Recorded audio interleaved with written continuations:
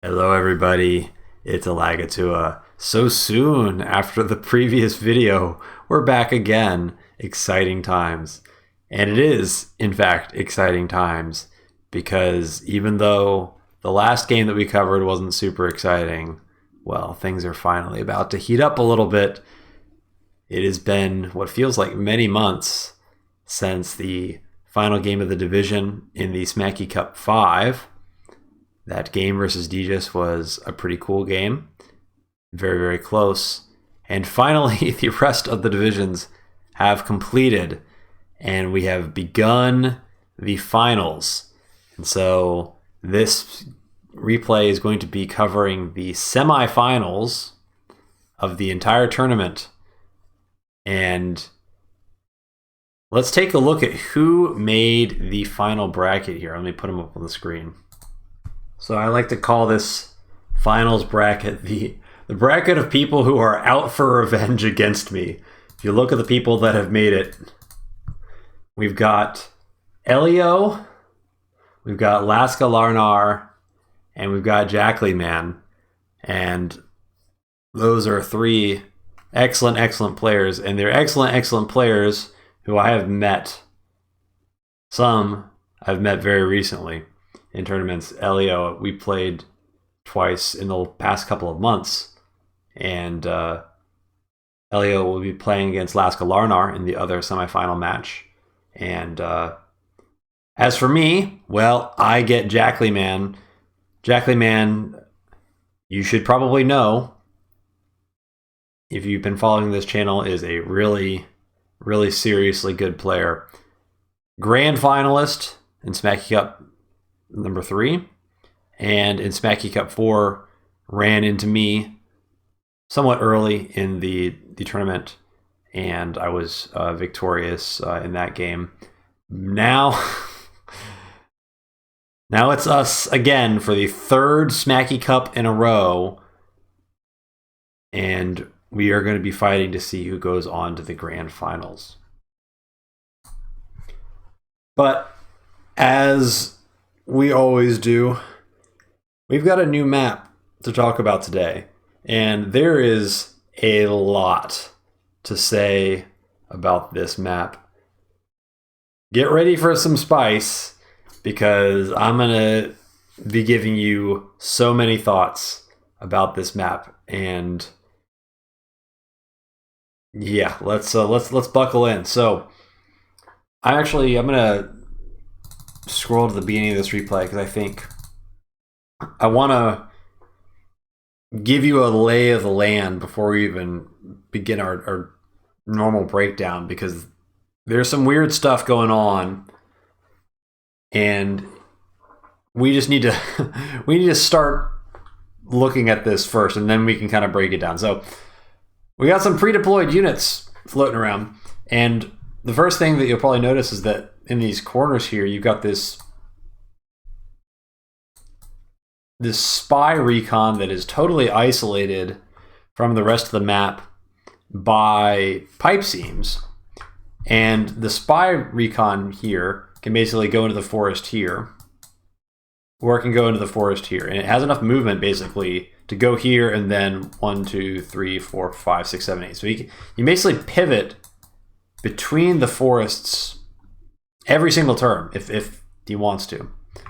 But then there's also a pre-deployed recon for the other side that's just sitting here, swimming in the ocean, apparently, and is stuck there, but it can also see where this recon is. So the idea here is that the recon's going to go into one of the forests, and it's going to be able to see either this reinforcement path from the base, or if it's in this forest, it's going to see this reinforcement path from this base. So you're going to see vehicles from one of the bases, depending on where you put your recon, but your opponent is going to know at all times which side your recon is seeing. Okay? So it's kind of like a double spy. It's like, I see you, but you see that I see you, if that makes sense. And that's going on both sides. Additionally, we've got a pre-deployed comm tower, a pre-captured comm tower rather, that is kind of chilling out here in the ocean. So from the very beginning, you will be starting this map with a comm tower. Okay, I think that covers all the silliness that we needed to talk about before we properly got started. Let me restart this replay and let's start breaking this thing down. All right, so we got two bases, one here and one here, and there's basically only one route out of each of these two bases. Vehicles must go this way from this base, and vehicles must go this way from the other base. And because of that, this map is kind of split. It's not even kind of split. It is super split between two main areas of confrontation. You've got this section here, and one base is going to send units to this area, and then the opponent's corresponding base is going to send units to this area, and they're going to fight. And then you got this area up here, and this base is going to send units to fight, and then the other base is going to send units to fight. And that's basically the story of the map in a single picture. There is, however, a third base, the neutral base here, but there are mountains here, and here, and here, and here, which means that this is an infantry-only base. So that's interesting. Additionally, we look at the airport. The airport is on an island behind the pipe seams. And so in order to get there, you're going to need to be crossing some water. So that's interesting. We'll talk a little bit more about the airport and the scaling of the map later on, but I just wanted you to get a feel of this. So this is basically no airport available, at least at the start. There's a third base that is infantry only, and then you've got vehicles from both of these bases, and you're basically sending vehicles to separate fronts. It's very, very difficult to send both vehicles from both bases to the same front. That's generally not what you're having happen here. All right, so now that we got the general layout here, I'm going to show you these reinforcement distances for vehicles. And actually, this time we're going to show two images. We're going to show tanks, and we're also going to show recons. Now, oftentimes, I don't bother showing both of these images because they tend to be pretty similar between tanks and recons. But on this map, that is not the case, and it's meaningfully different between the recon reinforcement distances and the tank reinforcement distances, and it really, really matters for some of the details here. So first of all, let's start with the tank reinforcement distances. That's the one on the left, and I think that one gives us a better idea of how this map splits and what is contested.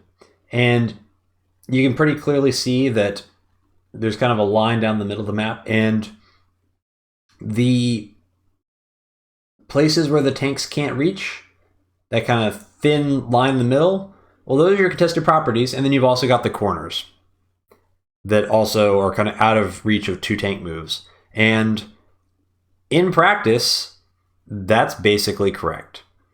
That is a pretty accurate representation of what is truly contested on this map. So if you just want a really simple representation of it, that's the one you look at. But if you look at the terrain on this map, there are a lot of roads going on here. And recons, well, they get farther than the tanks can. And not only can they get farther than the tanks can, but they are actually able to get on top of or adjacent to a lot of these contested properties in 2 moves when it would take tanks 3.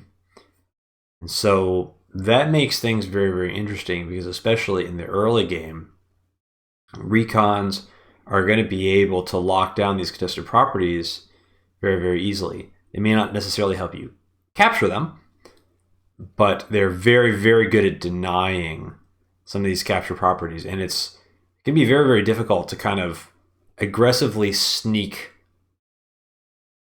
infantry to captured properties because the recons can just get there so quickly that it's very, very hard to get there fast enough. So what this means in practice is that being able to capture contested properties is much more a reflection of the commitment you've made, especially the vehicle commitment you made to a particular front, rather than, oh, I was kind of sneaky and clever with my my capture route, and I got to some of these properties before my opponent could get vision of them. That's not often going to happen on this map.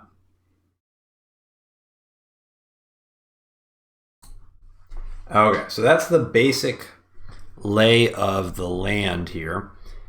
Let's talk about these fronts a little bit, because the fronts are very connected to how this map is going to end up playing. So as I mentioned earlier, so this base is going to be kind of fighting against this base. And then they're going to kind of meet somewhere in the center area. And then you've got your contested properties, which these two are very, very contested. And then these two are kind of interesting. These two are kind of to the winner go the spoils properties. I don't know if I've ever used that term before, but essentially, whoever wins this front, or whoever commits more to this front, tends to get these. Yeah, that's just kind of how it works. Because what's going to happen here is that everything is going to kind of come, especially it's going to come towards this property here. Because they're both 3 tank moves away from this property. And whoever gains control over like this area is then going to have access to these properties. And the same thing is true on the other side. Everybody's going to kind of fight over this area. And then once you control this area, then you've kind of cut off access to these 2 properties and you managed to get those. So this is like the most contested property in the map. This one is also very, very contested. And these ones are kind of, they're not necessarily more contested. They're also extremely contested, but they are your reward for kind of winning the front. And these properties over here are very, very important because you may have noticed that there's a lot of gray properties kind of sitting in weird places on this map. And the concept of this map is that you gain control of certain properties, and then that allows you to start flipping stuff on the map in places that is very, very difficult to contest, and it kind of changes the character of the fighting as the map develops. That may have sounded like a little bit of gibberish. Let me explain what I actually mean here. So we've got this port here. This port is actually the key property in the entire map. It's not often you hear that, where the port ends up being really important. Haha. Anyway. You get the port. That gives you the ability to buy a black boat. And generally, the person who wants to be going after this port is going to be this player. So on this side, this base is trying to deny this port. It doesn't really benefit from capturing the port. This player wants to capture this port, okay? And this is flipped to the other side as well. So this base, you want to capture this. This side, you want to deny it, okay? And the reason for that is once you get this port, eventually you're going to be able to build a black boat, and the black boat is going to allow you not only to get access to this airport here, but it's also going to get you access to your opponent's pre-captured comm tower. So you kind of have to choose the order that you prioritize those properties. But as you can imagine, being able to flip your opponent's only comm tower and get access to your only airport is pretty valuable. So getting that port is very important. And if you don't capture the port, then you can't build a black boat, and then you're kind of stuck just fighting each other. But it doesn't stop there. Because once you get this airport, if you were to build a T-copter, then you could send the T-copter like all the way up here. And the only way to get to these two properties is via T-copter. And then that's going to give you even more. And then you get a second port. And if for some reason you've managed to get all the way here and the game hasn't ended yet, you can build a lander from this port. And then the lander can go all the way to this base and turn this third base that I said was an infantry base. Technically, this base can also become a vehicle base if you are willing to build a black boat from here, and then a T-copter from here, and then a lander from here. You can finally have a third base that produces vehicles. If you seem skeptical, you're probably wise to feel that way. I don't think I've seen a game ever get to that point. Ever. Seems highly speculative that a game could reach that point and not already be decided. And what tends to happen in practice is that somebody gets this port and then the other person doesn't. And then either the comm tower flips on one side and then the game kind of ends, or one player gets the airport and then the game kind of ends. In practice, they don't tend to go down that route of like black boat to T-copter to lander. Like it's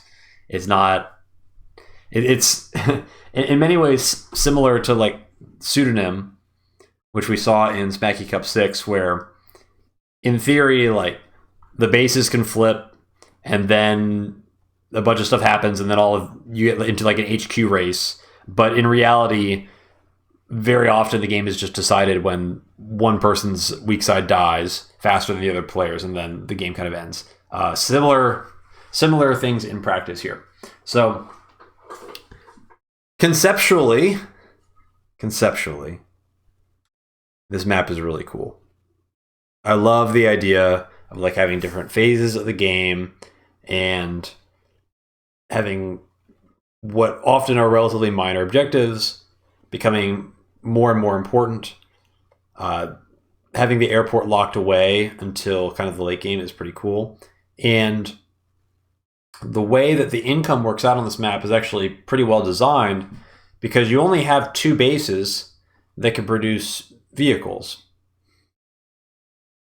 But split income on this map, split income is kind of confusing because a lot of these properties are off limits until very, very later on.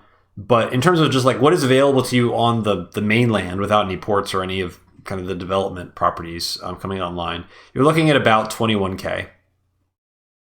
Maybe 22K, I think, is the exact number. But 21 to 22K. That is more money than you need to build vehicles from two bases. You build tank, infantry, it's 15K. So then you've got like 7K left over. So and certainly you can like tech and you can build like a Neo tank or whatever, and that's going to spend more of your money. But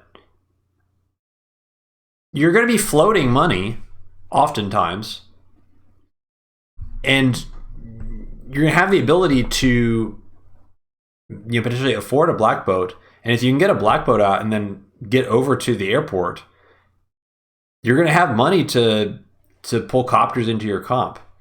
And having copters in your comp is going to be a pretty advantageous thing. And you're going to be wanting to have a lot of copters. And furthermore, having a lot of copters puts a lot of pressure on this base now, because this base then has to fight against this base and this airport. And so that is not fair. And what are you going to do if you're fighting like tank copter into... If you build anti-airs, then your anti-airs die to the tanks. And if you build tanks, then the tanks die to the copters. So what do? Well, it leads to a very unstable dynamic where this HQ, or it's a lab, but it's the HQ on this map. This HQ can come under threat, and so that could be something that ends the game before any of these properties come online and all that shenanigans happens. So, like, again, the concept is like well thought out and very, very sensible. But there is a huge problem. The huge problem is that none of it matters. Because you can have a brilliant design of multi-phased unlocks based on property control. You can have a well-designed HQ positioning and well-designed kind of one base plus airport into one base dynamic unlocking HQ captures. But all it takes is one poorly designed game mechanic to ruin the entire thing. And unfortunately, this map has one poorly thought out game mechanic that ruins the entire map, and it is unfortunately the spy. Spies are so difficult to do well, and this spy just destroys the entire map. And we're going to talk a lot about how this spy destroys the entire map, but I'm going to give you a little preview, and then you'll see what happens in practice.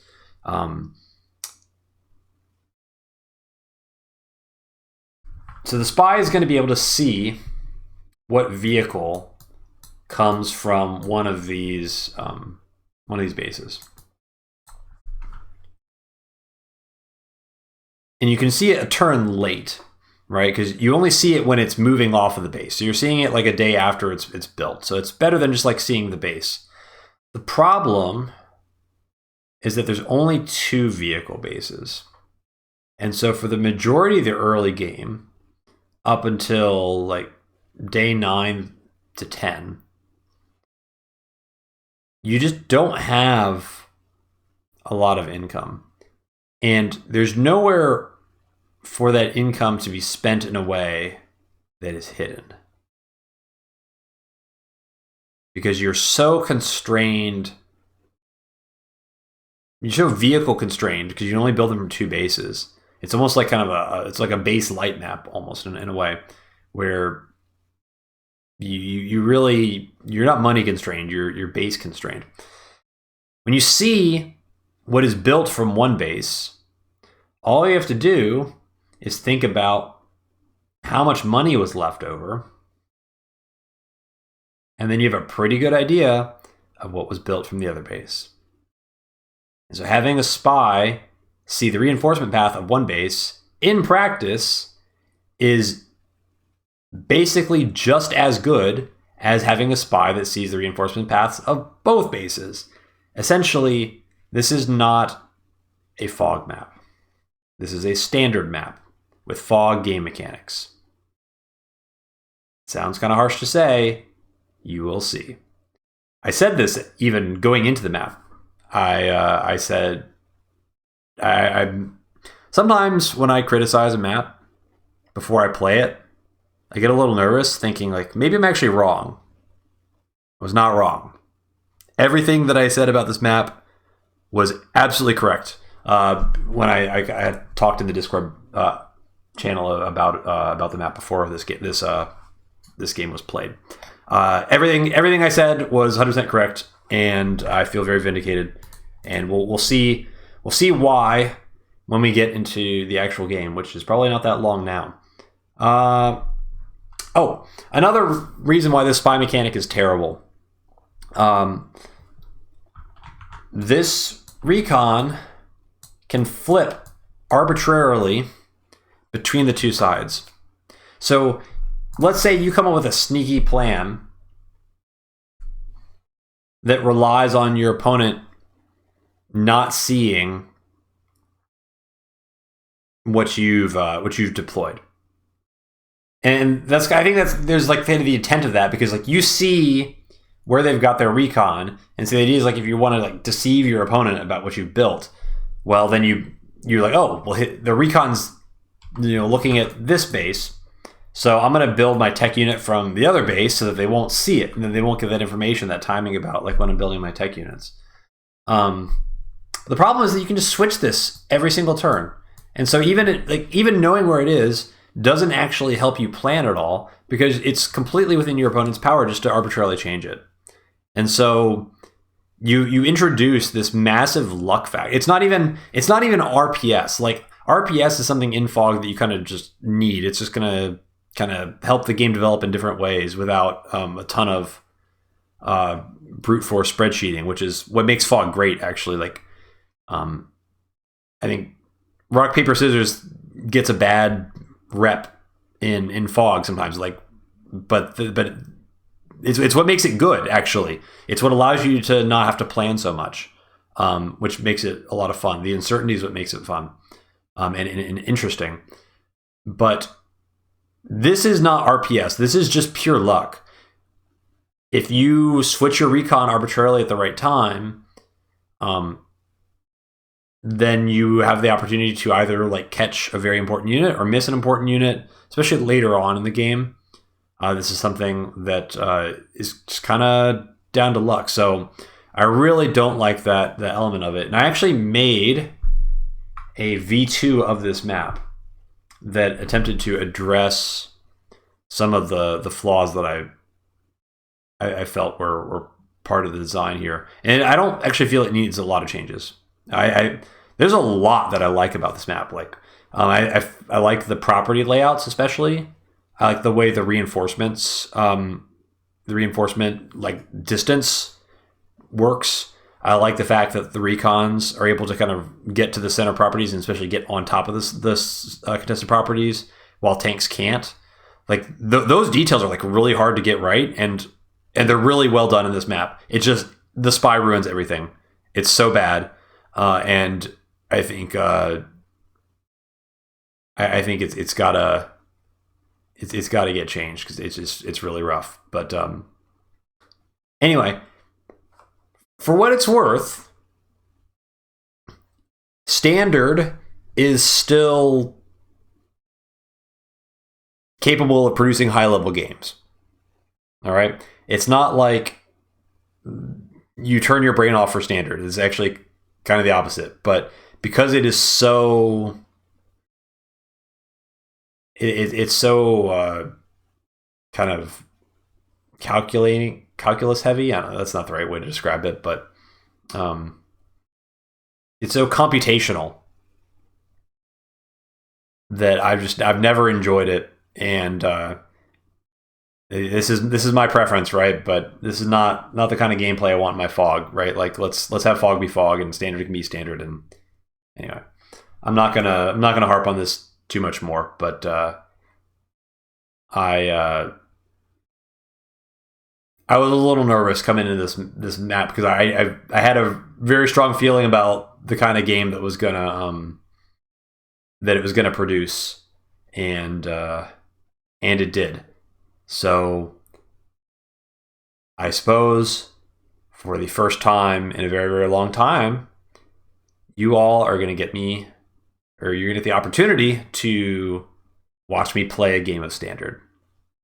And with that, let us hop into this replay. All right, so we're in the game, but I lied a little bit. We're not going to quite start it yet because we do need to take a minute to talk about the CO choices. And the COs available to us were tier 3 for this round. And it's really simple. You're either picking Kindle or you're either picking Drake. If you pick anything other than those two, I think you're nuts. That being said, they both have kind of distinct game plans that they want to accomplish, which makes things pretty interesting. The reason you pick Drake is because that airport is super, super delayed. And Drake's biggest weakness is that his air units are laughably underpowered. The 70% attack Drake copters feel horrendous. And so if you don't have any copters, then that makes Drake pretty good. So Drake, solid choice, and I'm actually going with Drake on this map. And Drake is a pick that I almost never pick, actually. I look at my history. Let me see what I got here. Yeah, so look at this. Kindle, 46. Drake, all the way down in the third column at 7. So it's rare for me to pick Drake because I just value those air units so much. But on this map, I just felt like the airport is not something you can rely upon, and it's just it makes everything so simple. You spam tanks and you smash tanks, and eventually you get global damage, and you press the button, and it's pretty good. So I went Drake. And if you're playing Drake, strategically what you're looking for is uncaptured properties. The longer the game goes without any of these key properties getting captured, the better it is for you. You don't want to get into a war where you have to get the airport and start pumping out air units. You just want to keep this port uncaptured, and you can deal with this port being uncaptured too. Like that's no problem. You handshake to just deny both of the ports the entire game, and you keep things going, and Drake's going to have a good time. That's the game plan. Kindle is basically the opposite. Kindle wants to be using early recons, getting on these properties, trying to deny properties. And then Kindle wants the ports to trade.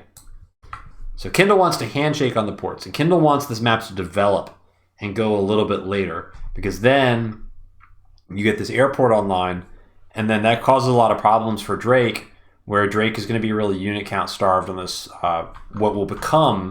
this becomes basically the weak side once the airport's online.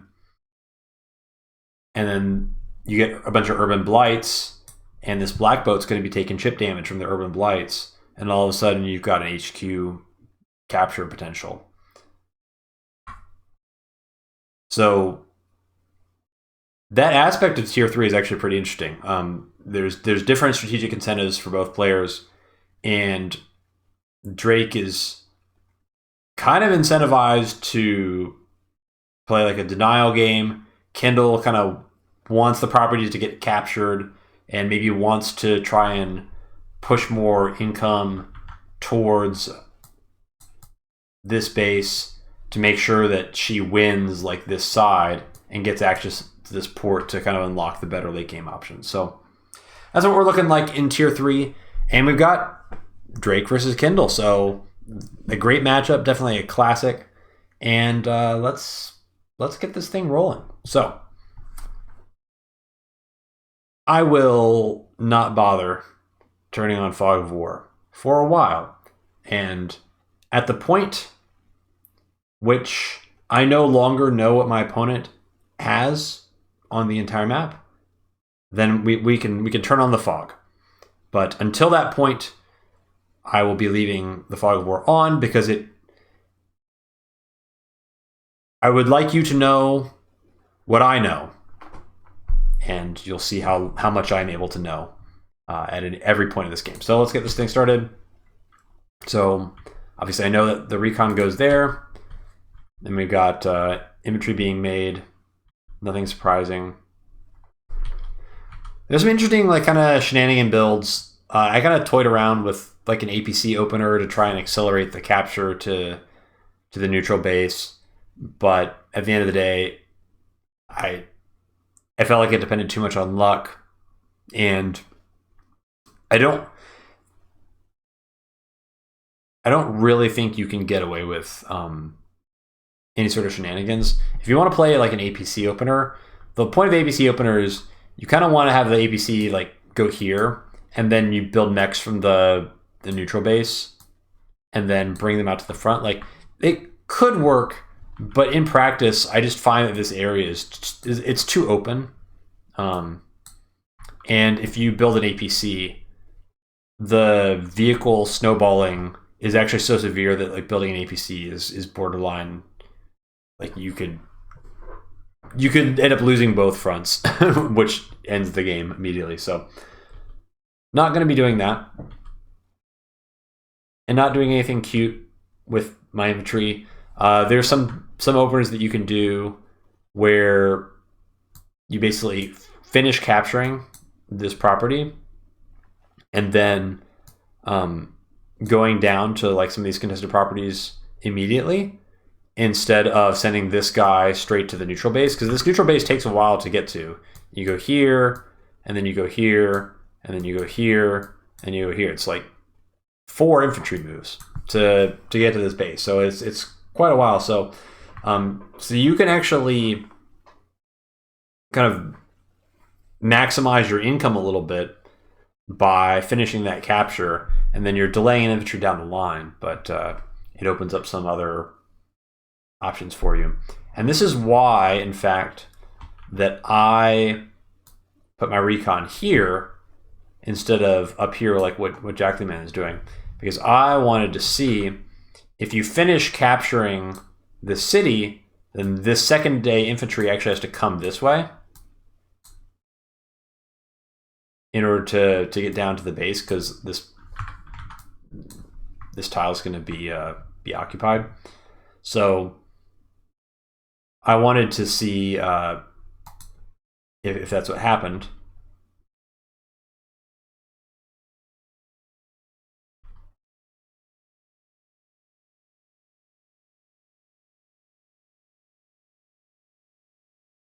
But I see nothing. So I don't see an infantry come down this way. So I'm assuming that we're just kind of doing the same opener. And then I actually kind of screw this up on my turn, because I mentally, I just wasn't paying attention. I should have moved this guy over, because now you need to see now you need to see if it's a day 3 recon, which it is actually. It is a day 3 recon, and I forget to move my guy here. So I kind of think I'm safe, but I'm not. And I guess technically I don't know that this is a day 3 recon. So acknowledge before you get in the comments. But we'll be hearing about this day 3 recon sooner rather than later. And it's pretty risky to do a day 3 recon anyway, because if I just switch him here, then I'm going to see it, and it's just, there's a lot of luck involved, and I would have been justified in switching the recon positionings here. But regardless, I don't. So we continue.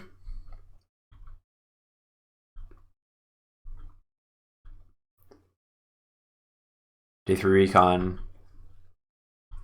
arrives on the board, but otherwise nothing too exciting is going on here. Just a lot of infantry getting spammed.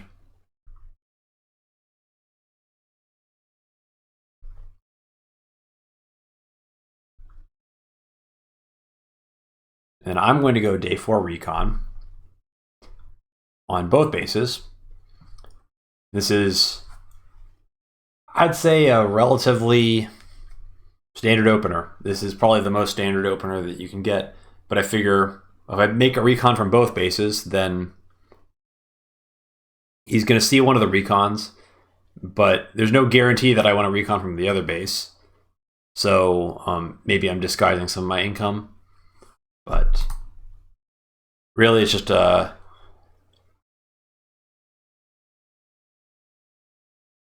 way to get into the game without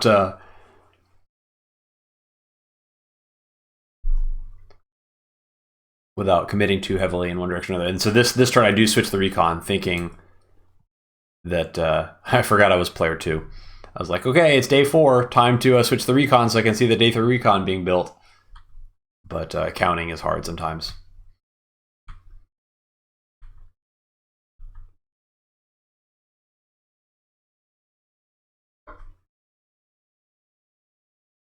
So recon goes onto the city here. So that's kind of the power of the recons on this map, is you can get all the way to this contested city and sit on there in just 2 recon moves. And then you get to see both of these properties. And so this property in particular is 1, 2, 3, 4, 5, 6. 1, 2, 3, 4, 5, 6. So this square here is even 3 tank moves away.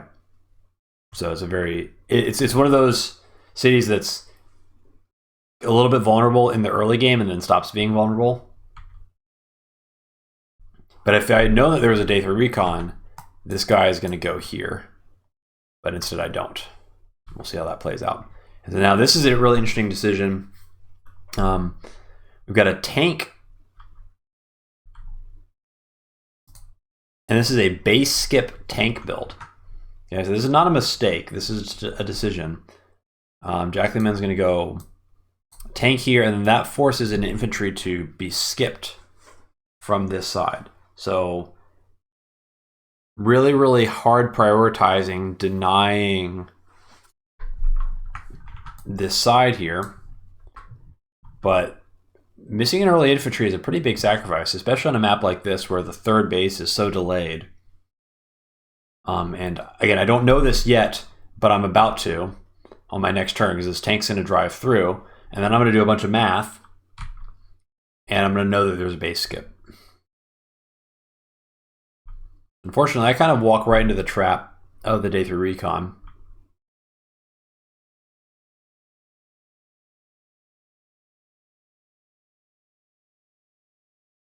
More capturing happens. So I see the tank go across, and then I see the recon come in.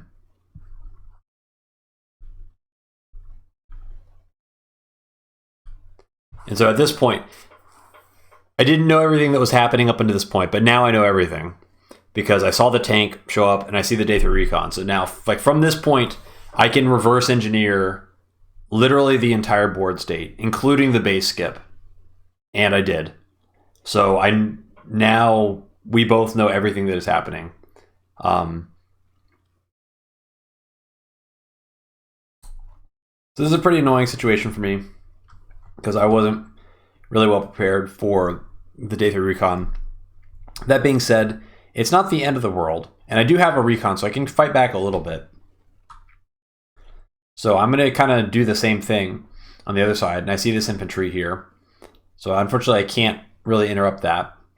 But I do know that now that this tank has shown up here, there's no way that anything can possibly cover this infantry. And so I know next turn, I'm going to get a free shot off on this infantry just to force some money to be spent. So at least like this recon's not going to really get much value because the tank is coming, but this recon's going to be able to do something. So the double recon opener is going okay for me. I need to do some more captures.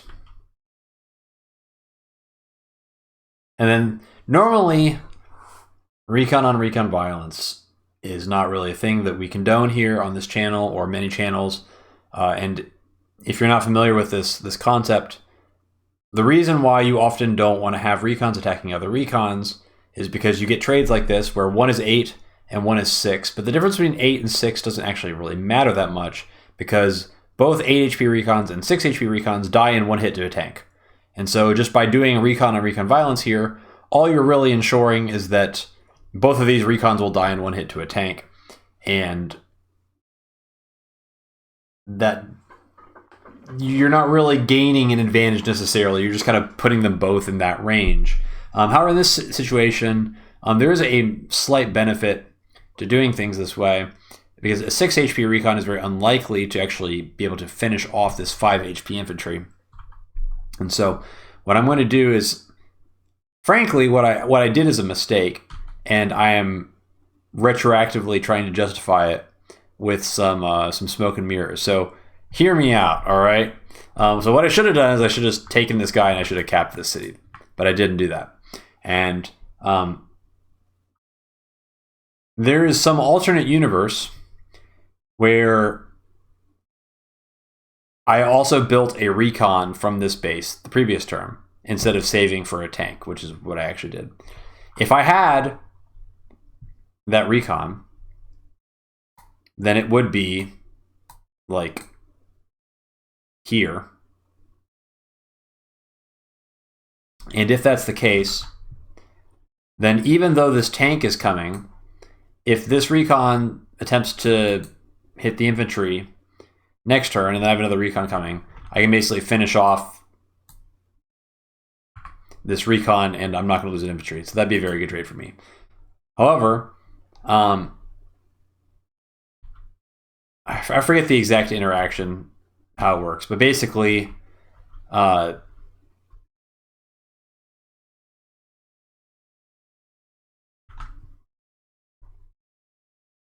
so if I had the second recon, then I basically would, this recon would die, and then the tank would basically not be able to retaliate against my recons because we wouldn't have vision. And so there's like so I'm kind of hoping that Jaklyman will respect that possibility and just like back off. But as it turns out, Jaklyman also made a recon to follow up the tank with. And because that happened, the world that I was bluffing at doesn't even work, because like the best thing that can happen for me is just like a recon on recon trade. So anyway, there's a whole lot of mind games that amount to nothing, because we're basically playing standard here, and like I know what you made and you know what I made, and so we're just like calculating what's going to happen in 3 turns according to our current trajectory, and seeing how things play out. So anyway, more capturing happens, and now the tanks are starting to flow out now. But because Kindle here base skipped for this tank, now it's always going to be me kind of one tank behind, right? Like this tank got made first on this front, and this tank got made first on this front. Because normally the way the dynamic is going to happen is one person's going to be a tank ahead on one front, and one person's going to be a tank ahead on the other front. But actually, I'm a tank behind on both fronts because of the base skip. So that's the benefit of base skipping, is you get that luxury. However, at the same time, 3 vehicles being made on this front means that this side is very, very infantry starved for Kindle. And I know it too, seeing all these vehicles drive by. So there's an economic price being paid to be able to get this vehicle advantage. And also, the other side had to base skip an infantry too. So this side is also a little bit lower in infantry than it ought to be otherwise.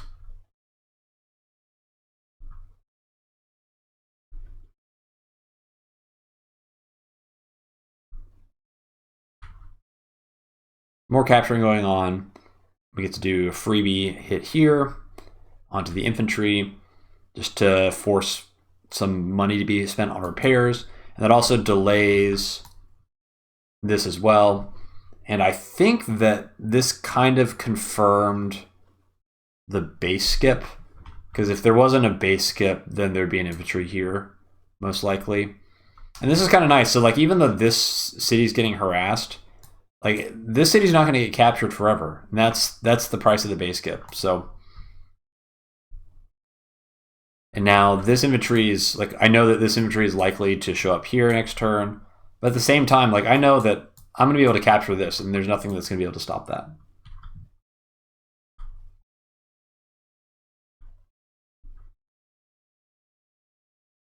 So I fixed my mistake from the previous turn.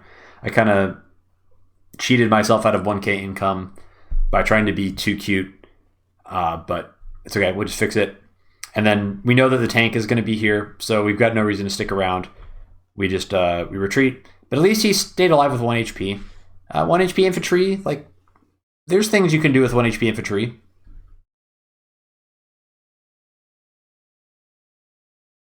And then, why did I put him back there? I don't remember why I put him back there. I think the reason I put him back there is if this guy came in to interrupt this cap, then it wouldn't see the tank. So you couldn't necessarily plan around the tank being there. That being said, I mean, it's kind of obvious what the deploy was. But regardless, I'm keeping that tank back. More capturing going on.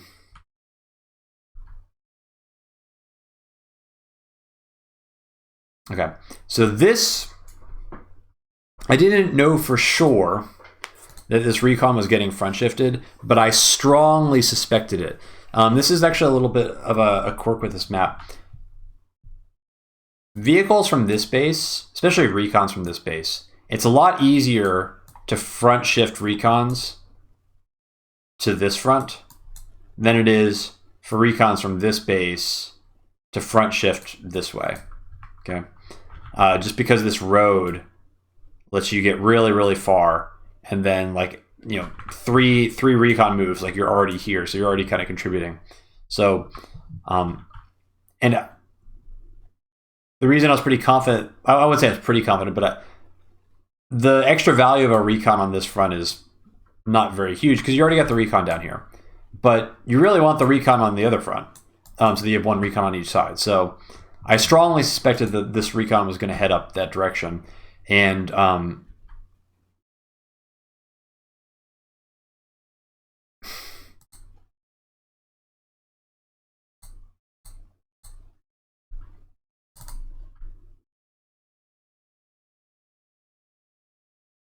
interesting. I can't remember if I even noticed that or not. So I guess trying to psych me out, thinking that he's going this way with the tank, maybe trying to fake a front shift. It's so hard to get like fog gameplay out of this map. Like we're Kindle and I are just trying, like we are trying our best to do any sort of deception that we can do, but it's just so tough. And so tank shows up, and I see it with the recon, but I mean, you can basically calculate down to the property the opponent's income curve, and so you know exactly what they're building.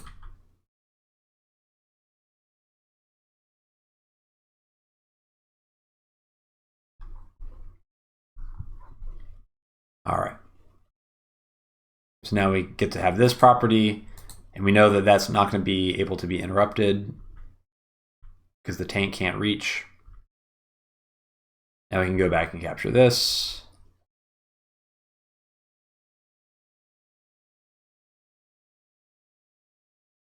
And so this move here, you see how I go over here and then down on the road? That's because I suspected that this recon was here. I suspected that he was trying to front shift. And so I know that if I go this way, I don't give any extra information away. And what I really don't want to happen is I don't want this recon to basically sit on this property. Because if the recon sits there, oops, I've actually got no counterplay to this. Because I want to keep the tanks to support this capture, but I can't really support both very easily. So if the recon sits on this property, then it's going to delay this infantry from coming down here for a turn. This guy's going to go here, and this guy is going to go here. So by hiding the movement there, I'm trying to make it less likely that he ends up sitting on that square. And then I'm just going to move here so that if he does end up blocking this, that I see it. And then this actually does end up seeing the recon anyway. So maybe I should have done that in like a separate order. But it worked out. I kind of played it safe with this movement pattern to not give anything extra away.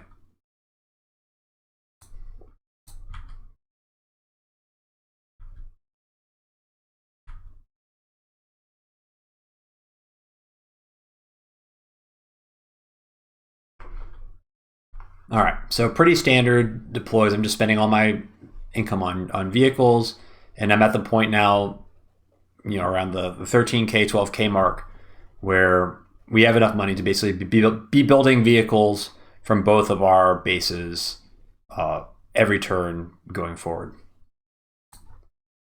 Okay, so we're at a little bit of a standoff here. I'm kind of consolidating my safe captures, and we're both getting kind of the primary contested property on each side, but this is where things are going to start to get more interesting. We're going to start to have access to these side properties here, and this is really going to become the focus of the next couple of turns, because that's where either this game is going to progress or this game is going to stall out. If somebody gets the ports, then the game is going to progress into the airports. If nobody gets the ports, then we're just going to be slamming tanks into tanks.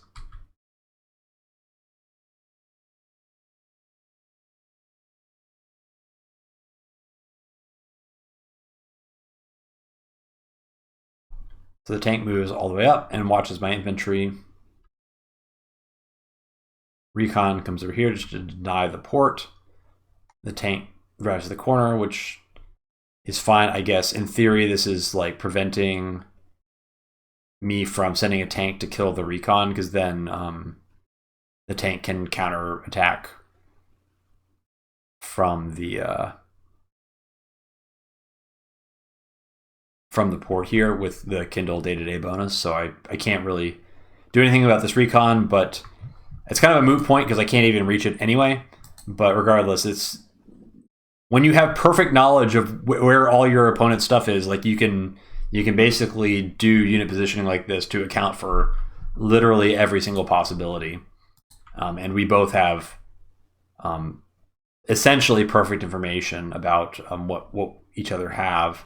Although I think technically he's not seen either of these two tanks, but just by seeing that it's been no vehicle reinforcements coming through this route up here, I mean, what else could it possibly be?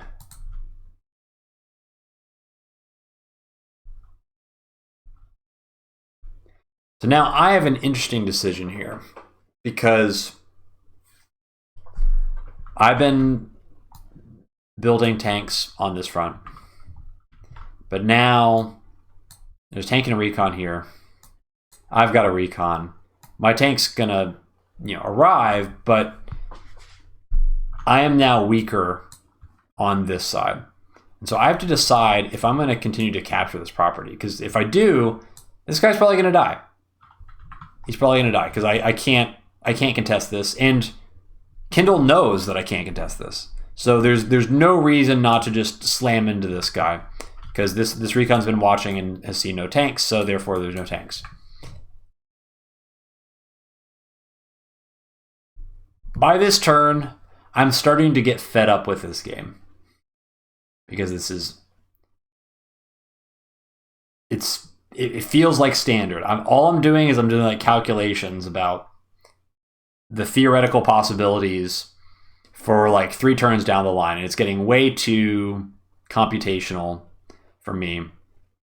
And I'm running the numbers, and I realize that if I'm going to, I don't know if I'm going to win this game, but if I want to enjoy this game, I need to find some way to put fog back into the fog.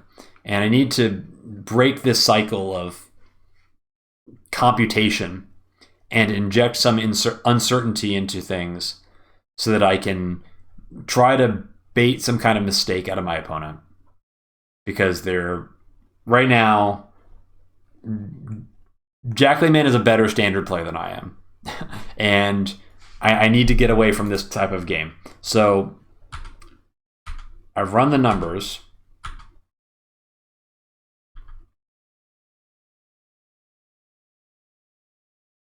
And after I move all my stuff,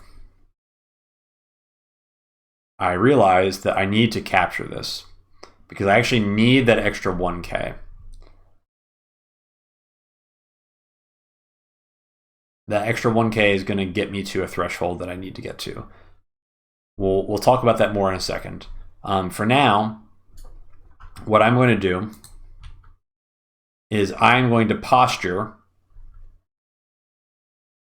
as if I am going to go all out, either pressure here or pressure here to deny this corner. Basically, I'm very aggressively moving this 1 HP infantry into this forest. And I'm saying all my tanks are covering this guy. If you kill it, then I'm going to counterattack whatever killed it and get a better trade. But the reality is that I'm not doing any of that in practice. I'm moving all of my stuff over here because I want the option to potentially front shift everything this way and try to catch Kindle off guard that way and force into a mistake. But at least by putting it here kind of in the pivot, I maintain the option value. I can still swing back this way potentially if the opportunity arises, or I can go this way. And this recon has really good vision in case any front shifts happen with Kindle's tanks, because I know that there's going to be a tank reinforcing from the side because I've been seeing them show up. So I want to start lying a little bit. I need to get some fog in my fog, otherwise I'm gonna get wrecked. Let me back up here just to put this guy in range of my tank. It's going to arrive next turn. But I'm basically giving this guy up to die, and Kindle knows it, and I know it, and I'm just saying, like, hey, you can kill this guy, but I got the city. Okay, so we're going to let that infantry die, but we need the extra money. And we need the extra money because I have 13k this turn. And so when you have 13k, generally what you buy is you buy a tank and a recon and an infantry. And that's 12k.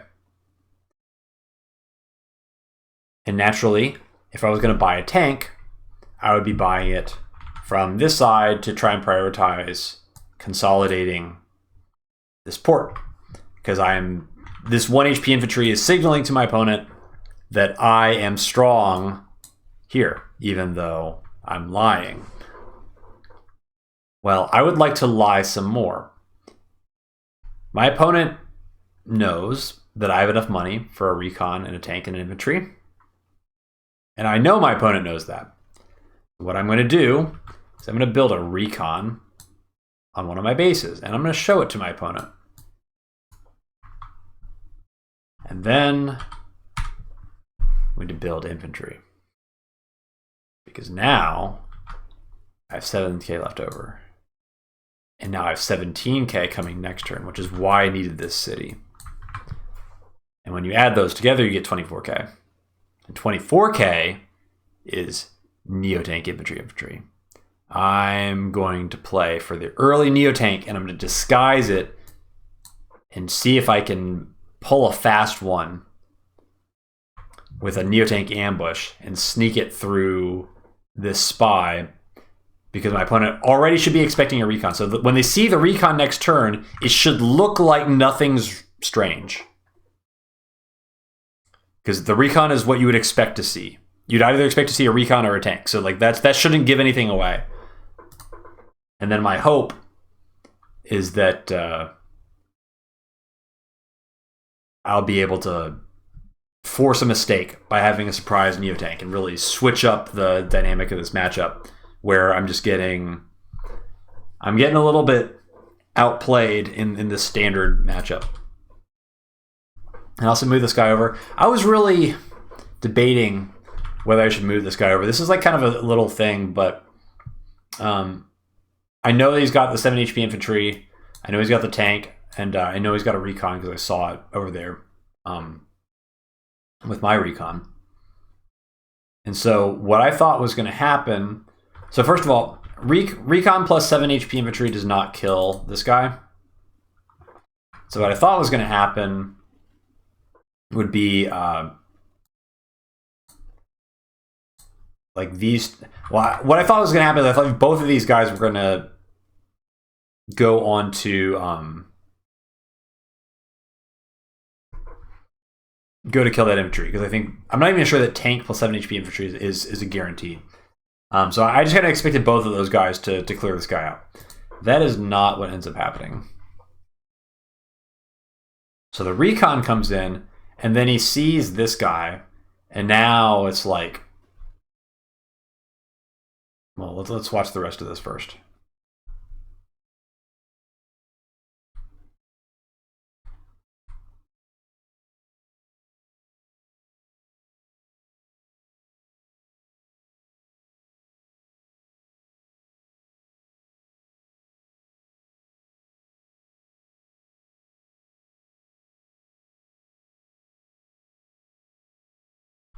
So this is an immensely frustrating outcome for me, because I thought for sure he would clear off this stupid infantry, and now that this guy's repaired, why? My perfect plan is ruined. Now I have to base skip for the Neo. So not only does this guy get plunked, which is really bad because now I have like nothing to go up here forever. Now it's as good as killing an infantry because I'm gonna have to base skip to keep my plan going. So, really, really frustrating. That being said, down here at least, my opponent did disengage from the port. So they did respect the possibility of me having like all my tanks over here, even though I did not have any of my tanks over there.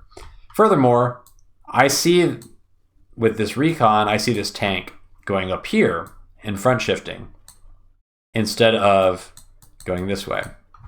And so this is why the option value of the pivot is very valuable, because I can continue to go this way. I don't have to. Now I see, oh, you're not sending the tank that way? Well, I've still got my tanks in position.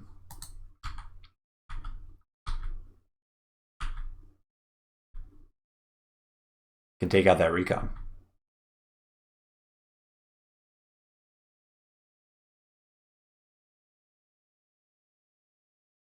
And now all of a sudden,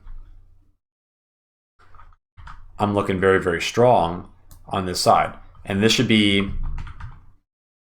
is one tank. My opponent knows there's probably a second tank that's floating around there. And I'm hoping that my opponent is thinking that there is a magical third tank that is going to be joining the fight this turn. And so on its face, it should look like I'm really like a lot stronger down here.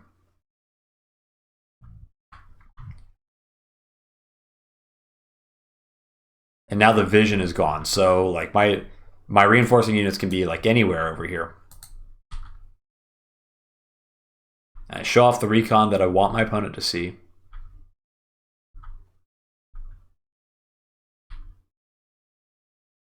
And I know like, so the good news, there is something that I don't quite know. Okay. And I'm about to know it next turn. But in my mind, this city is not in a threat. There shouldn't be any infantry close enough to finish or to capture this city. And that's why I'm so far back here. Because I know, like, okay, I'm weak on this side, but this guy's 6 HP. And this guy just finished capturing this city last turn. Smile. At least that's what I think happened. That's not actually what happened in reality. So all I think I have to do is like, okay, well, my infantry got popped, but I can at least stay back here for another turn, and then we can potentially deny any capture attempts like the following turn once I have a little bit more time for my tanks to reinforce, things like that. But I don't see a serious threat to this city. So I just retreat. And then I front shift this tank over this way because I'm bluffing like I'm strong down here. And the idea is that, okay, I'm going to build a Neo tank now. And hopefully by the time my opponent realizes that I'm actually weak over here, the Neo tank will join the fight, and then we'll just start like eating tanks. That's my theory. It's like I will ambush with one more tank than you're expecting on this front, and then that will trigger an attack on this front because you'll think I'm weak, but actually then the Neo tank shows up and surprise, now you can't fight there either. That's the scheme, all right? That's the scheme. We're selling a lot of stories and none of it's real.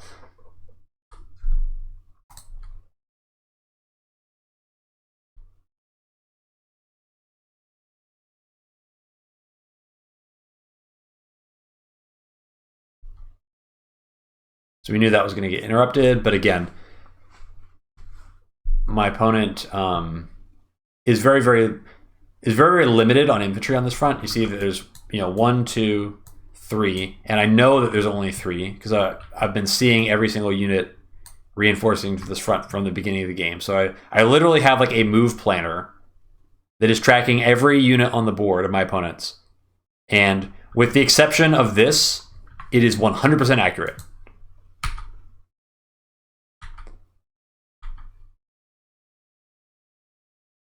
Let's see, this tank, shift back over. We end up trading recons. It's a trade, so that's fine. And I got an extra infantry out of this trade. And he pulls off this city here. This was really, really interesting. I felt amazing about this. It was like, ha, I tricked you, because I'm horribly out of position to be able to actually contest this. Like, if he can just capture this, and probably should have just captured this, even potentially giving up the infantry, probably be worth capturing it. But apparently there's some world where if I have like the third tank that I can, like, I don't know, maybe clear the tank off that silo and build a wall or something like that in a way that you need to cover that with this infantry that was capturing. But anyway, that feels really good because now I don't have to contest that city. It's just literally lost income. And then I see this guy show up and I'm like, oh. So now this guy's here. Now I know this property didn't get captured. Because this is the infantry that was on that city previously. So he's sacrificed more income to have these infantry aggressively positioned.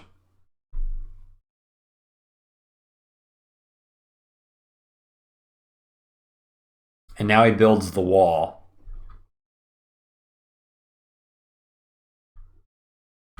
And at this point,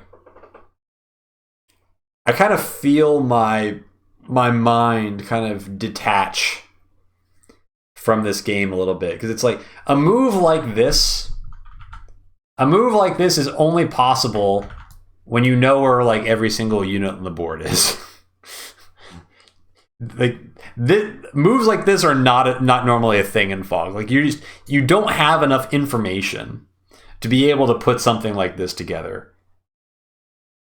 And yet, this is the situation. So now there's nothing I can do to save the city.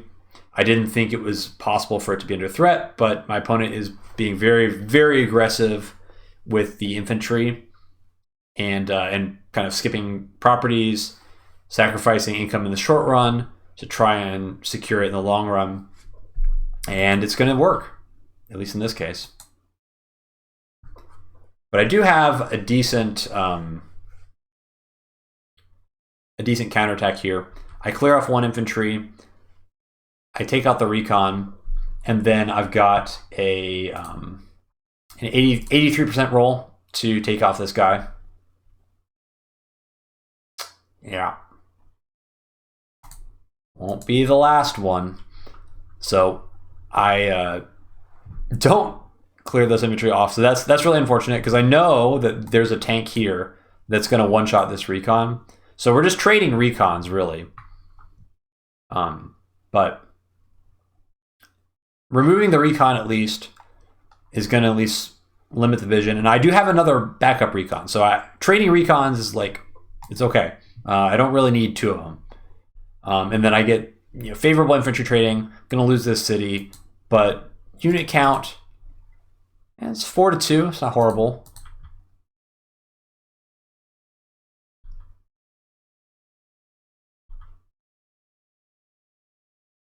Then we can block with this guy.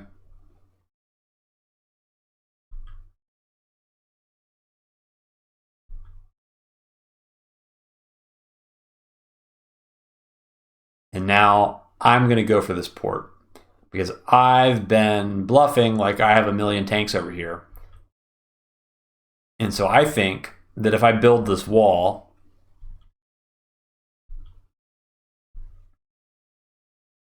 there is a chance that my opponent might respect that and let me get this port as I front shift the tank over to the other side instead.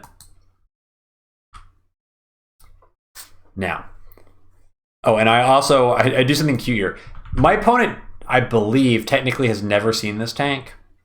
And so I'm setting up around the forest here in the extremely vain hope that Kindle might buy the story that I've actually gotten artillery. Because, you know, you've been seeing the tank. I don't really think that it will work, but or like I'm selling the story like, hey, there's actually a tank in here.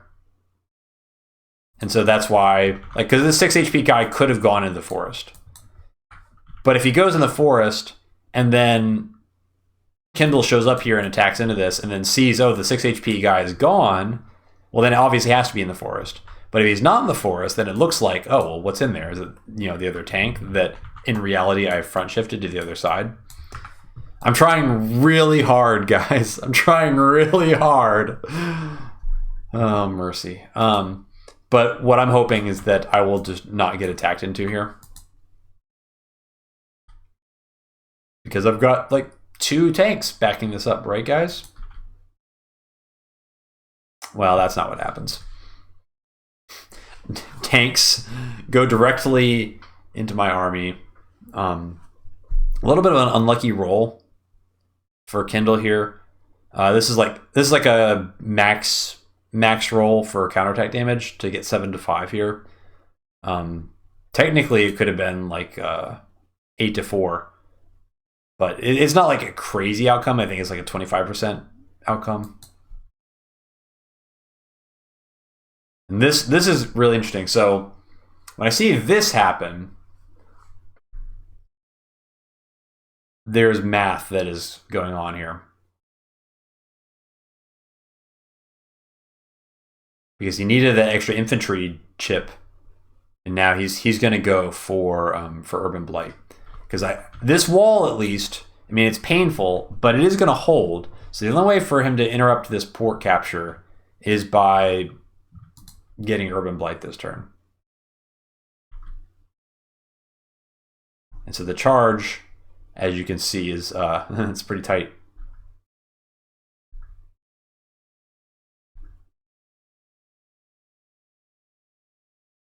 Now it's 100 short, so needs to take that trade there in order to finally get it.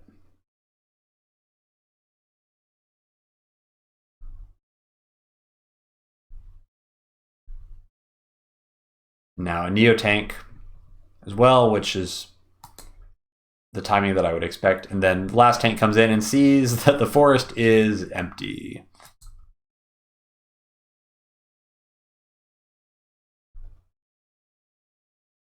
And Urban Blight at the end.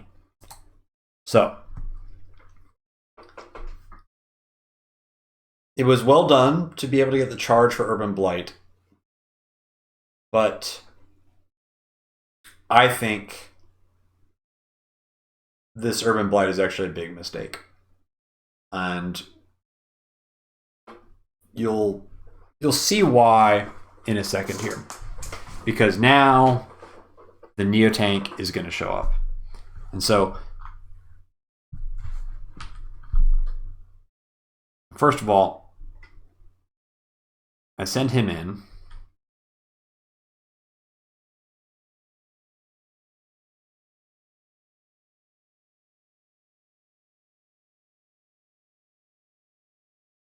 This is all very like sequential. So I had to sack that infantry at the beginning to ensure the kill. because I think one tower recon infantry into a city inf with CO power is not actually guaranteed, and I didn't want to risk it after already flunking my 83% roll last turn. I was like, okay, well, not taking any chances of bad things happening. Like I need that infantry needs to die on the city, so we're not taking chances. So trading continues here. I get to clean up a lot of weak infantry, which is very nice. And already you can see like the unit count. It's 6 to 5 right now, but I'm going to get more units this turn. So now it's 7 to 5, 8 to 5. In terms of like urban blight damage, like all it did is it hit these 2 tanks and this infantry, and that's it. Urban blight, like I guess it hit this infantry too, but like it hit a couple of infantry. But in terms of urban blights, like you really want your urban blights to like interrupt captures, plus like ideally you get like a tank hitting a tank from a city for like a one-shot or something like that, especially against Drake, because against Drake, like you are kind of on a timer. You really need to establish some sort of lead in terms of like either units or income or something, because eventually like the global damage is just going to wear you down. So you got to make something happen, and the first power is very, very critical to establishing that kind of advantage. And this urban blight was really not, it didn't really accomplish that much. And what's even worse now is all of the infantry are now dead on this side. There is 1 infantry left in this entire corner. Just 1. And this infantry is out of range of this port. And now there's a big problem, because there's a giant golf ball here. And so if you spend the urban blight to deny this port, well, it denies it for a turn, but now the next turn is coming. There's no infantry left, and the port's still going to get captured. What do you have left to kill it with? Well, you kill it with a tank, but that's not great, because whatever kills this guy is going to get something's going to get eaten by the Neo tank. Like a tank is going to get eaten by the Neo tank if you commit to killing this port. But if you don't commit to killing the port, then you just spent your urban blight to delay the port a turn, which is also bad. So it's kind of a lose if you do, lose if you don't situation for Kindle strategically now with the Neo tank arriving. So I think this CO power really is getting Kindle in a lot of trouble strategically. Not like tactically it makes sense, but strategically, like it is going to create some problems for the next couple of turns. So clear that off, and now we're just going to put some counter pressure on this city. And this is the benefit of being up 9 to 5 in unit count with a base skip. And our kind of base skipped infantry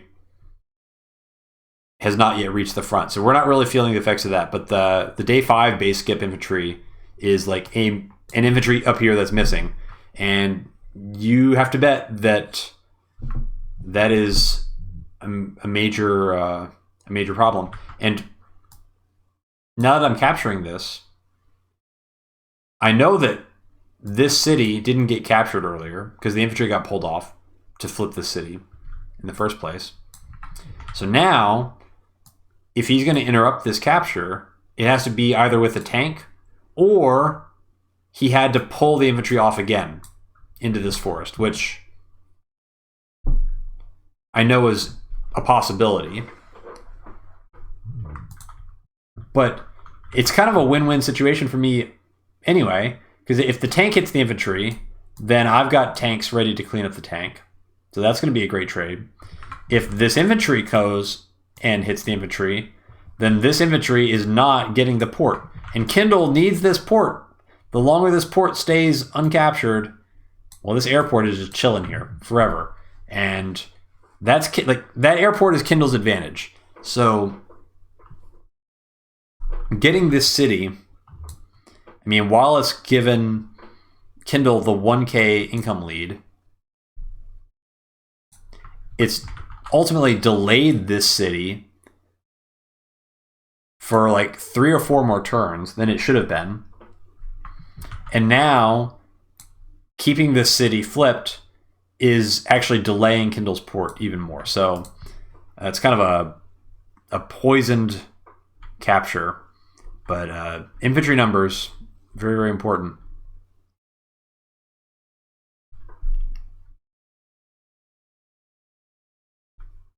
And now I'm basically just saying, hey, you can kind of clean up these weak units in the corner here. But if you do, then I'm going to get a tank. And I don't want to give up this 5 HP tank. Like that's the key thing. Like I want to keep him alive. And so I put him far enough back that if anything touches that tank, it's going to activate another tank for me. Like I would love for you to fight into my Neo tank right now. That's exactly what I want because I know your Neo tank. Well, I know exactly when it's going to arrive. So tanks show up here, trade into my tanks, and then this infantry gets pulled off. So again, port still delayed, and I know it's delayed. I know that this port has not been captured because I've been tracking every single infantry on the board because there's no fog happening. And this is frustrating though because this stupid guy who survived because I lost the 83% roll now gets to spot this infantry here, and now this capture gets delayed. So that's obnoxious. But what can you do? So I get a few units cleaned up here. But Kindle's full committing this corner. And this means a tank is going to get eaten. I just realized that we've had active player fog on the whole time. We should switch to my vision.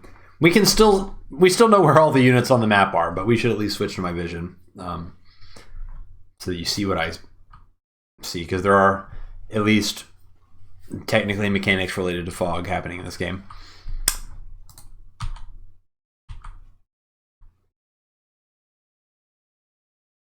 Okay, and now this recon moves down here, ostensibly to try and figure out when my second Neo tank is going to be coming. Because now I see the Neo tank reinforcing here, so I know I'm on a timer, but I know I have another turn. I can eat all of these tanks. Well, not all of them. I can eat one of these tanks, and there's no threat to my Neo tank at all.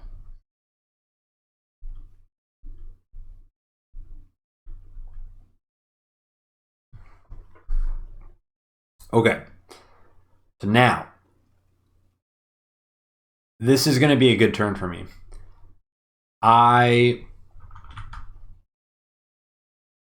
can't really deal with these 2 tanks, but I can deal with everything that's not these 2 tanks. And we can play unit count wars on this front.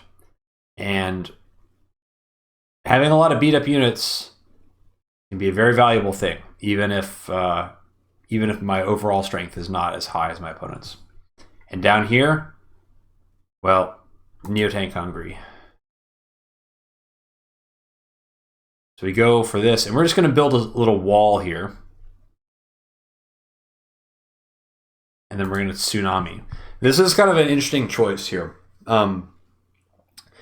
There's a few motivations for burning the CO power right now. One is I think that this infantry is actually here on this city, capturing this city. And I would like to delay this another turn. Now, that's not the reality, but had that been the case, like I knew he was here, and so I just kind of assumed, oh well, you're obviously just going to go down here and capture that. That didn't happen, but so that was one motivation, to delay that capture. The other motivation is that it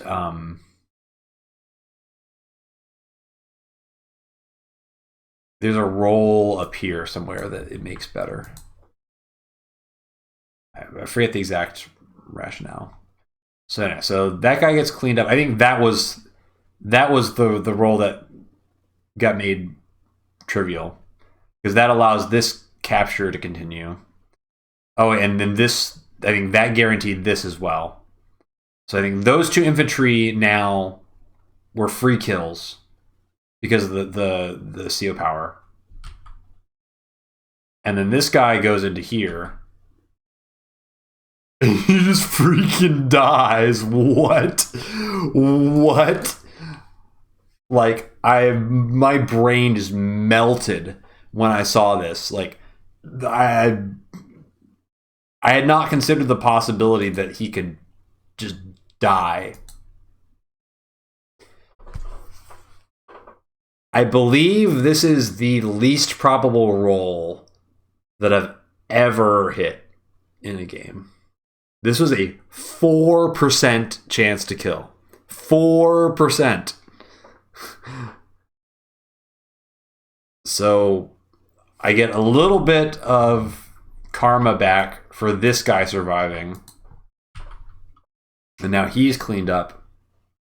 And now, I mean, you and what units? Like, sure, these guys are strong. They can fight anything they want. But they can't deny this anymore. This is going to be my city. So I'm at least getting something out of this. I'm down 2k, but it's going to become 1k. 2k is not a huge deal. And over the course of the game, yeah, I'm like 136 to 124 on like 20k income. So I'm like, 2 to 3k ahead of where I should be over the course of the game. And a lot of that is just due to this property getting delayed a bunch and then not having my opponent not finishing the capture there. So like I can afford to be down like 1 or 2k for a couple of turns. It's not going to really swing too much. So I'm not going to stress too much about that. But the unit count, 14 to 8, that's starting to become pretty substantial. And again, when you capture this, one of these tanks is going to have to hit this infantry.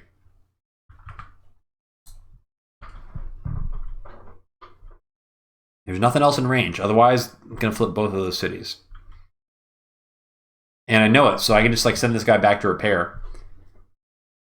And I know that CO power is not going to be on the table, so don't need to be afraid of that.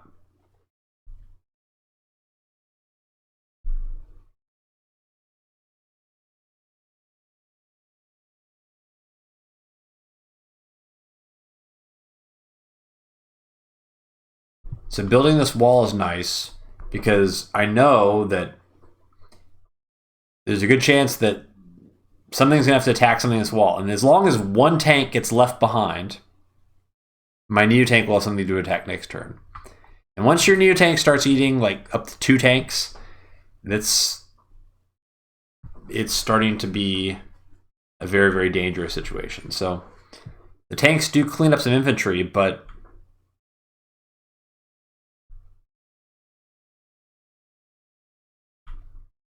it's not ideal. The unit count is hurting pretty hard. And then obviously, like, doesn't even have the unit count to kill off this recon here, because this 9 HP guy had to hit the infantry here, and the 7 HP guy, even on the city, is not going to be able to one-shot the 9 HP recon on the silo. So just opts to leave the recon alone. And then this is pretty nice because like this recon sees what's going to be reinforcing from this path. And if there's a tank that was built here last turn, it should be here. But it's not. So, in my opinion, like, probably another Neo tank coming. Because it seems like he's saved money. Because we know that the tank came this direction. It could be that there's just like a hidden tank here out of vision. So I'm considering that possibility, but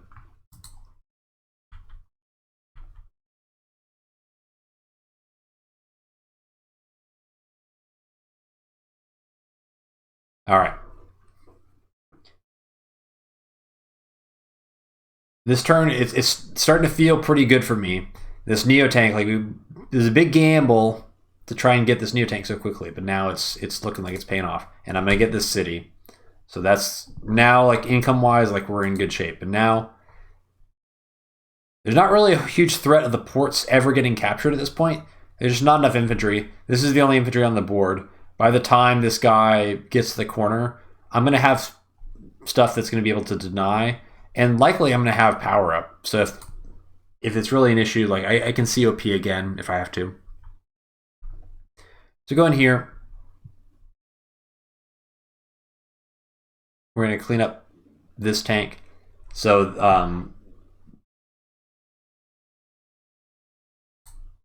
by getting this guy, this is like, I couldn't have killed him with this tank, but this infantry is like 83%.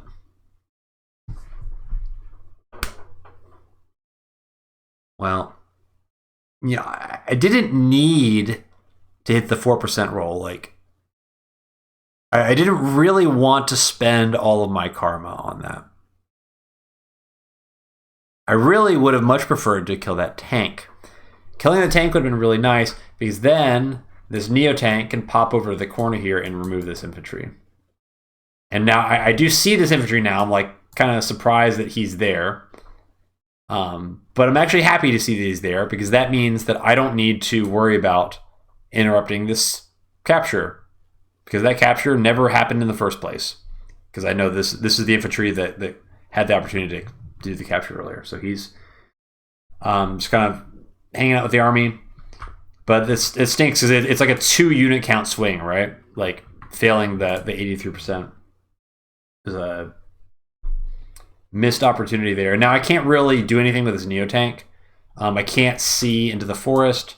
I don't want to kill this 4 HP guy, because then I'm on a road, and I know that the Neo tank is going to be in position. So I kind of just have to retreat him.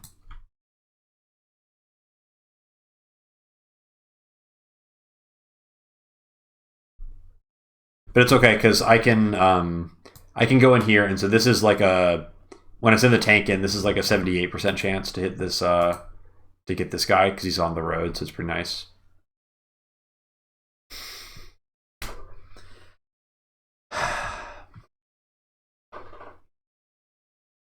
The dice are loaded in this game. The dice are loaded. It's all or nothing. All or nothing. So this guy lives as well, which is just obnoxious. So I've missed out on 3 unit kills that I could have had this turn, with like kind of average rolls. I would have had 3 more than I got. So it's 14 to 11. I mean, it's still favorable, and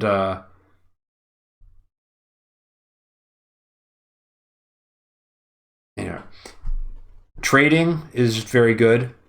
But you kind of want to grind the tanks down. Like, it's not horrible to leave a bunch of damaged tanks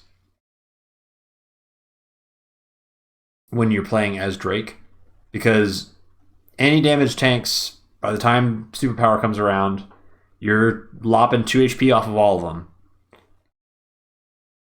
So that's a really efficient way to really grind down the army. And that guy was a 6 HP tank, so you don't love having 6 HP tanks fighting around. 6 HP tanks are maximally efficient for your opponent to kill in 1 hit with a tank. So sending the tank in and just kind of chipping 3 off both of them, for Drake, that's actually okay.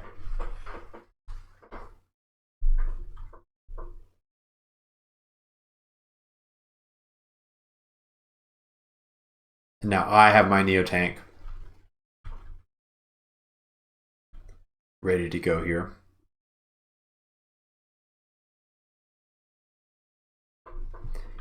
This is kind of funny. So I can send this recon here, because I know that it's out of range of this tank. 1, 2, 3, 4, 5, 6. So this is kind of just there to prevent him from retreating, but even if he attacks the recon, like it's not going to kill it. So we're just really abusing the unit count as much as possible here. It does attack in, but it only just chips some damage down and then actually ends up joining the 1 HP tank, which, I mean, I don't think it's wrong. I don't think it's right. It's a thing. Neo tank comes in on the city, eats my 4 HP tank, but if the Neo tank's going to eat a tank, let it be a 4 HP tank.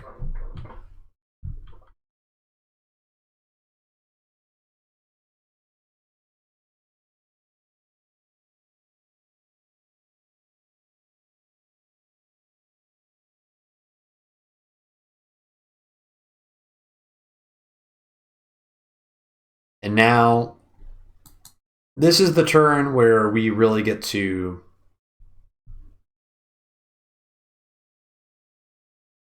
kind of finish the blow. So we've been doing pretty good down in this corner, and now there's just a bunch of really weak tanks left, and we're going to be able to just go in. So I'm no longer afraid of this Neo tank because we are now close enough to superpower, where as long as I'm not like on a road, even if this Neo tank comes into my Neo tank, it's gonna be like a 8 to 5 or a 7 to 5 when all is said and done, and then I'm gonna get superpower, and then it's gonna be 6 to 5. So it's actually better for me if I put the Neo tank in a little bit of danger, while also removing basically a full tank from the board, and then that's gonna allow me. That was a guarantee, by the way, because that was the tank that I failed my 83% chance on. So that's a guarantee, and then this tank goes in, and now I've cleaned up all the tanks.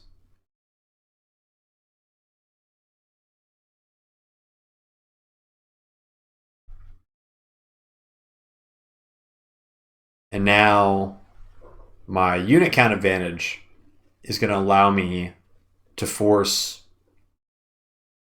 Kindle to kind of wall break and even be able to trade into the Neo. So things are just kind of snowballing. This is kind of a mistake. I sequenced this badly. If I had been thinking about it, I would have put him here instead, because he's on the property.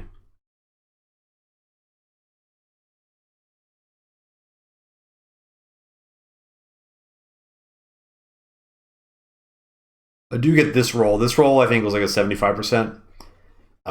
Getting this makes my life a lot easier. And the reason that this was a mistake is because I should have gone for this first. Because once I'm in this position, like, I know it's always going to be an Urban Blight to delay this, based on how he's been playing so far. So this recon's just going to take some extra Urban Blight damage for no reason.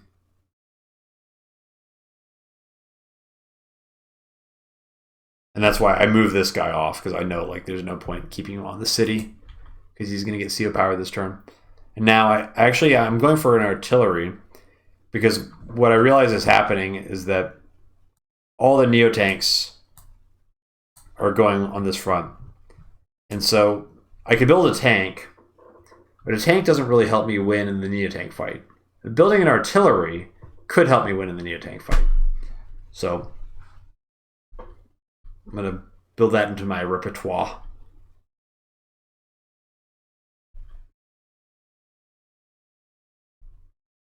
Oh, one other thing I wanted to mention this fast. Let's switch to Jaklyman's vision.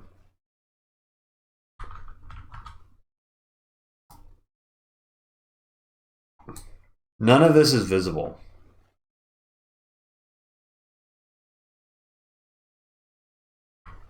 Recons are good units. So Jaklyman has to use this tank to get vision of the infantry in order to trade the infantry in order to see the Neo tank, in order to trade into the Neo tank.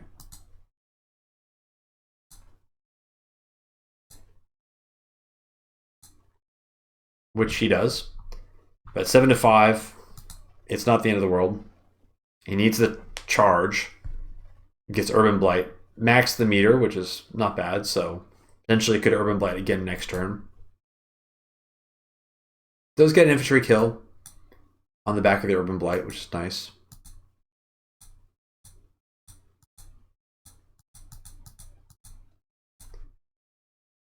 And yeah, let me oh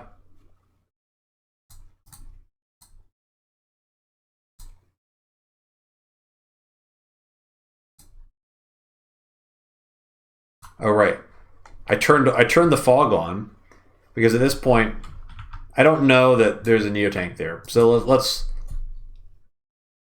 follow my vision. And as you can tell, turning on my vision basically changed absolutely nothing. In fact, I had to double check that I had actually turned the vision off because I see so much of the board with all my recons. It's actually ridiculous. But this turn, this is superpower turn, 1,000,000%. It's just a matter of calculating how to get to superpower. That's the way to get superpower. Do this first just to make sure I see where the Neotank is. And now, even though his Neotank got the first strike, it's 1 in 3. It's not a huge discrepancy.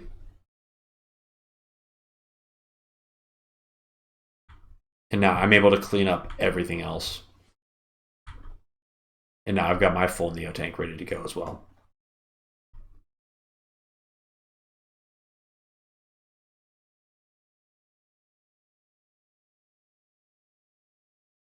Need to do some more trading. I don't know why I thought this would kill. I didn't even pay attention. A full tank onto a 7 HP guy on a silo and it does 4 HP. That kind of shocked me. Anyway, I was assuming that tank was going to die, and I didn't really calc it out very carefully. But regardless, I'm for sure getting this property next turn. Even if he Urban Blights, it's not enough.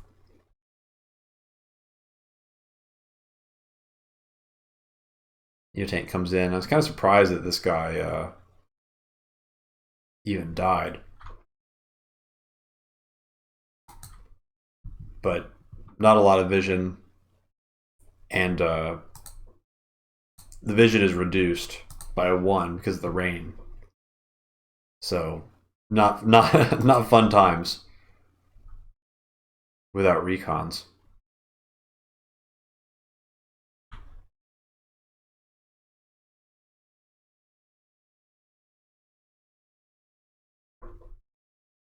Does end up cleaning up a lot of units, but this is the end. This is the end. And it was the end. If you look at it strategically, this game was only going in one direction. Down here, this Neotank is going to clobber this guy, and then this front is just totally cooked at this point. And then I will end up getting the port. This side is, I mean, with this Neotank, I'm going to lose this side eventually, but I'm going to get this city. There's no infantry that are ever going to capture anything, so this port's never going to get taken. And there may end up being a lot of vehicles running around over here, but nobody's going to be able to cap anything. And then I'm going to flip the comm tower, and that's going to be it. So that's a wrap on this one. I don't even think we need to do a full vision replay because we did the entire review with full vision, because this map in async gives you full vision for the most part. If you are willing to put in the time to just reverse engineer what your opponent is doing, you basically have a map hack. And it's just because you have the spy, you can see one of the 2 bases that has vehicles, you can figure out what the other base is making by doing very, very simple math on their income. And that turns the feel of the game into standard. But if I'm being totally honest, I think Drake was the easier pick. And I think Jaklyman, the overall strategy was just a little bit off. I think, especially the day it really went wrong, I think it was this day.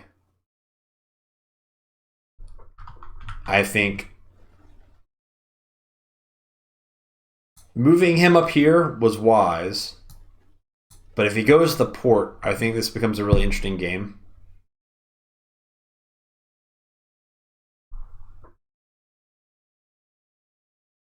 But when that doesn't happen, and then both the ports stay denied, then because if Kindle gets this port, then day 12 comes around, and now you don't need to commit the Urban Blight here to deny this port, because you've got this one, so it's okay if I get the other one. The game doesn't end in that case. But if I get this port and this port is denied, then that's kind of game ending for Kindle as well. So that decision, I mean, it was a clever move to flip this city, but it started to create unit count issues because a lot of these guys got cleaned up.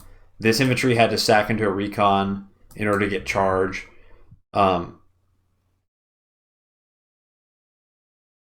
Flipping this wasn't worth the income, ultimately, and I think that's where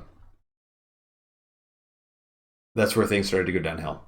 All right, so we did it. We made it through the semifinals. That means we are going to be in the grand finals of Smacky Cup 5. Can you believe it? I'm going to have a chance for a third trophy in a row. This is wild. And we're going to be playing on Scavenger. That's, I'd say, a little bit unfortunate for me because I think it's very familiar for a lot of players. And I don't think I'm going to have an edge by being able to like study the map and come up with some like crazy opener. I mean, you never know, but it is a map that's like, you know, to some degree figured out, at least some of the strategy for that map. But I'll do my best.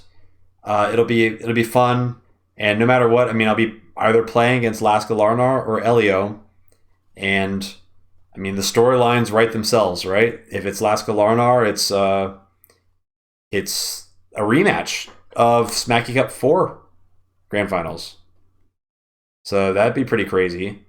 And if it's Elio, then I mean, Elio has a million reasons to want to kick my butt for what I did in Smacky Cup 6, and then we also played in the Quack Cup finals recently.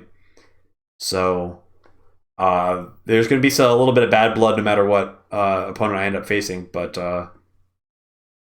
yeah, that's what's on deck. And this, for all the problems with this map, I will say that the game it ended up producing was genuinely a high level game. And this is the third time I think that this is the third time against Jaklyman, because it's Smacky Cup 3, Smacky Cup 4, Smacky Cup 5, all three tournaments. Jaklyman is seriously good, and I feel like it's just like it's like one or two things just like not quite right, and that's what's letting me slip through each time. And like in this game, there's like some small decisions, like the decision with the port, but also I think I just had the better CO for this map, to be totally honest. And every time we played, I felt like I've gotten mileage out of the CO pick. Like, we've never played in a mirror, so I mean, I've spoken highly of Jaklyman in other videos. Nothing that happened in this game changes my opinion at all. He's a seriously good player, and he's overdue at this point. I've been pretty fortunate to pull out this many in a row against him. So, all right, I think that's it for this one. There's some other games that are coming. August is going to be a pretty hype month for videos, so hope this was a good one. Hope you like this one. There's another one that's going to come soon. That's going to be uh, just wait. But until then, we'll see you soon. Have a good night.